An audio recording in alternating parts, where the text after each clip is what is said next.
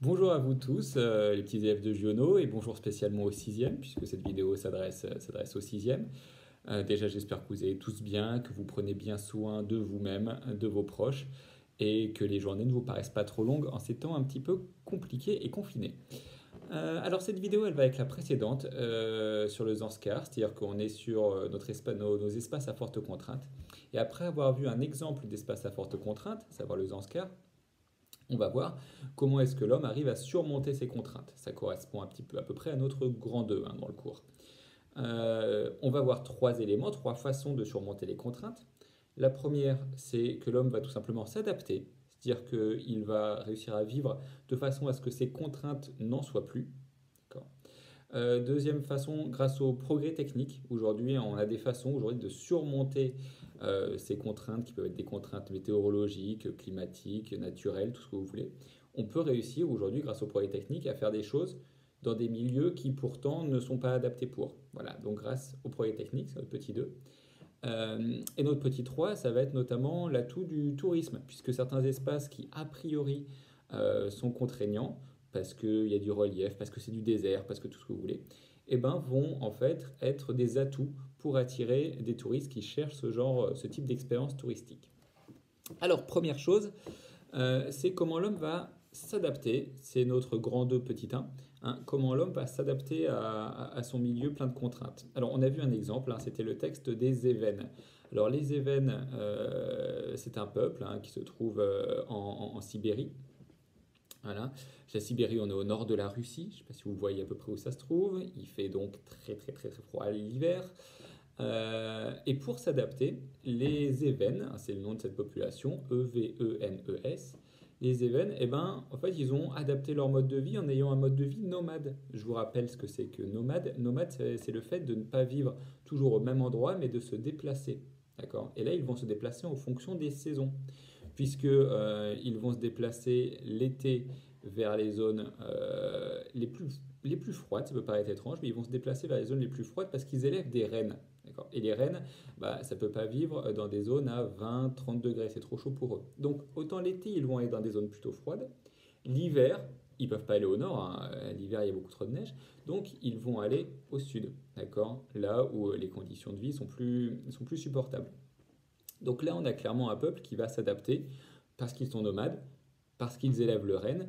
Et d'ailleurs, ce renne va servir pour plein de choses, hein. On va utiliser la peau du renne pour l'habillement, etc., pour les habitations.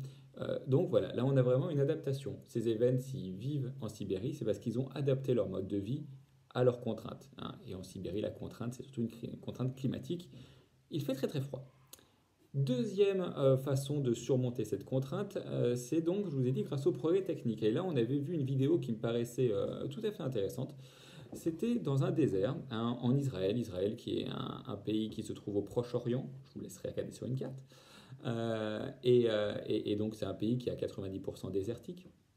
Et en fait, dans ce désert en Israël, eh ben, on a réussi à aller pomper de l'eau qui se trouve dans les nappes phréatiques, c'est-à-dire de l'eau qui se trouve en dessous du sol, mais très en dessous du sol, hein. C'est-à-dire qui se trouve à 1 kilomètre, 1 kilomètre, 1 kilomètre et demi en dessous du sol, hein, d'accord. Donc on va aller pomper cette eau en dessous du sol, d'accord. C'est de l'eau en plus qui est, c'est même pas de l'eau douce, hein, c'est de l'eau, ce qu'on appelle dans la vidéo de l'eau saumâtre, c'est-à-dire c'est de l'eau un petit peu salée. Voilà. Et cette eau, en fait, on va s'en servir pour eh ben, les cultures, d'accord. Pour l'agriculture, on va faire pousser sous serre hein, systématiquement parce que sinon il fait trop chaud, le soleil brûlerait les plantations.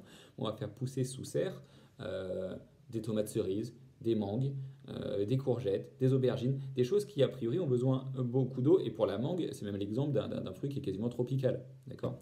Donc là, clairement, on arrive à faire même pousser des fruits tropicaux dans le désert grâce à ces progrès techniques, hein, on arrive à pomper l'eau. Et d'ailleurs, hein, l'eau, rien ne se perd, surtout pas. Surtout l'eau, qui est une denrée très très précieuse. Et vous avez vu qu'il y a même des éleveurs qui ont réussi dans le désert en Israël, grâce à cette eau saumâtre pompée d'en dessous la terre, à faire de la pisciculture, c'est-à-dire à élever des poissons, et notamment faire de la conchiliculture, et élever également des coquillages. D'accord. Il y avait aussi une histoire de crevettes, il me semble. Donc, vous voyez que là, on a réussi, grâce à ces progrès techniques, à faire comme si on vivait, mais on cultive comme si on n'était pas dans le désert. Hein, d'accord. Et le troisième élément, c'est le tourisme. Et ça, le tourisme, autre vidéo qui me paraissait très très éloquente, c'était celle sur le désert de Gobi. Nous sommes dans le désert de Gobi, nous sommes en Chine. C'est un désert, donc très chaud, du sable, des dunes, etc. A priori, on ne peut pas faire grand-chose hein, dans le désert. Sauf que eh ben, les Chinois, eux, ils sont assez intrigués par ce désert et il va y avoir plein de touristes qui vont s'y rendre pour faire des balades à chameau, pour faire des balades en quad, en ULM, pour faire de la luge même sur les dunes. Et en fait, il y a tout un business qui se met en place autour de ce désert avec des chameliers, hein, c'est les gens qui possèdent des chameaux, qui vont faire des tours hein, aux touristes, etc. Et c'est vraiment une masse financière, ça rapporte beaucoup, beaucoup d'argent, d'accord, ce tourisme dans le désert de Gobi. On avait vu qu'en 2017, il y a eu 2 millions de touristes chinois qui étaient allés faire leur petite tour de chameau dromadaire, là. Donc, autant vous dire que là, les habitants du désert de Gobi, eh ben, ils ne sont pas contraints par le fait d'être dans le désert. Au contraire, le désert, ils en profitent car c'est grâce à ce désert justement qu'ils gagnent de l'argent. D'accord? Donc voilà, ça c'était quand même trois façons qu'a trouvé l'homme pour réussir à surmonter ces contraintes. Donc ce qu'il faut vraiment retenir, c'est que certes, on a des milieux naturels hein, dans les montagnes, dans les déserts, on a des milieux naturels qui sont compliqués, hein, où c'est très dur d'y vivre. Cependant, l'homme a cette faculté d'adaptation. L'homme a réussi à profiter de ces contraintes et les transformer presque en atout, parfois, hein, notamment pour l'exemple du désert de Gobi. D'accord. Alors, c'est pas parce que on a transformé les contraintes en atout que c'est forcément positif. Et il y a un exemple qui est assez parlant, hein, c'est l'exemple des stations de ski. Hein, on en avait déjà un petit peu parlé. Et je vous ai montré une vidéo, je vous ai mis une vidéo en lien dans un précédent cours. Oui, effectivement, les stations de ski qu'on va trouver dans les Alpes, donc dans des milieux montagnards. Dans le milieu montagnard, c'est pas un milieu a priori qui est très accessible, sauf que l'on va s'en servir pour les sports d'hiver.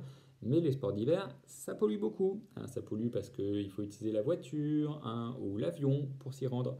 Ça pollue parce qu'on va utiliser des canons à neige pour la neige artificielle qui utilise énormément d'eau. D'accord. Ça fragilise également la faune et la flore, puisque tous les tire-fesses, les pistes de ski, les infrastructures, quelles qu'elles soient, eh ben, elles sont construites à des endroits où normalement il y a des animaux qui vivent. Et les animaux, ils sont un petit peu perturbés par tout ça.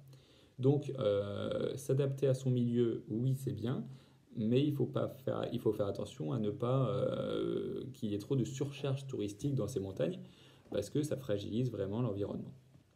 Voilà, donc cette vidéo, elle synthétise un petit peu notre chapitre. On a donc terminé là le chapitre sur les espaces à forte contrainte. Vous avez, que ce soit les 6e 1 ou les 6e 4, un petit travail à faire avec quelques questions du manuel. Vous trouverez ça sur Pronote. Et on se revoit dans une prochaine vidéo puisqu'on commencera un chapitre d'histoire sur Rome. Mais ça, c'est pendant quelques jours. Allez, au revoir.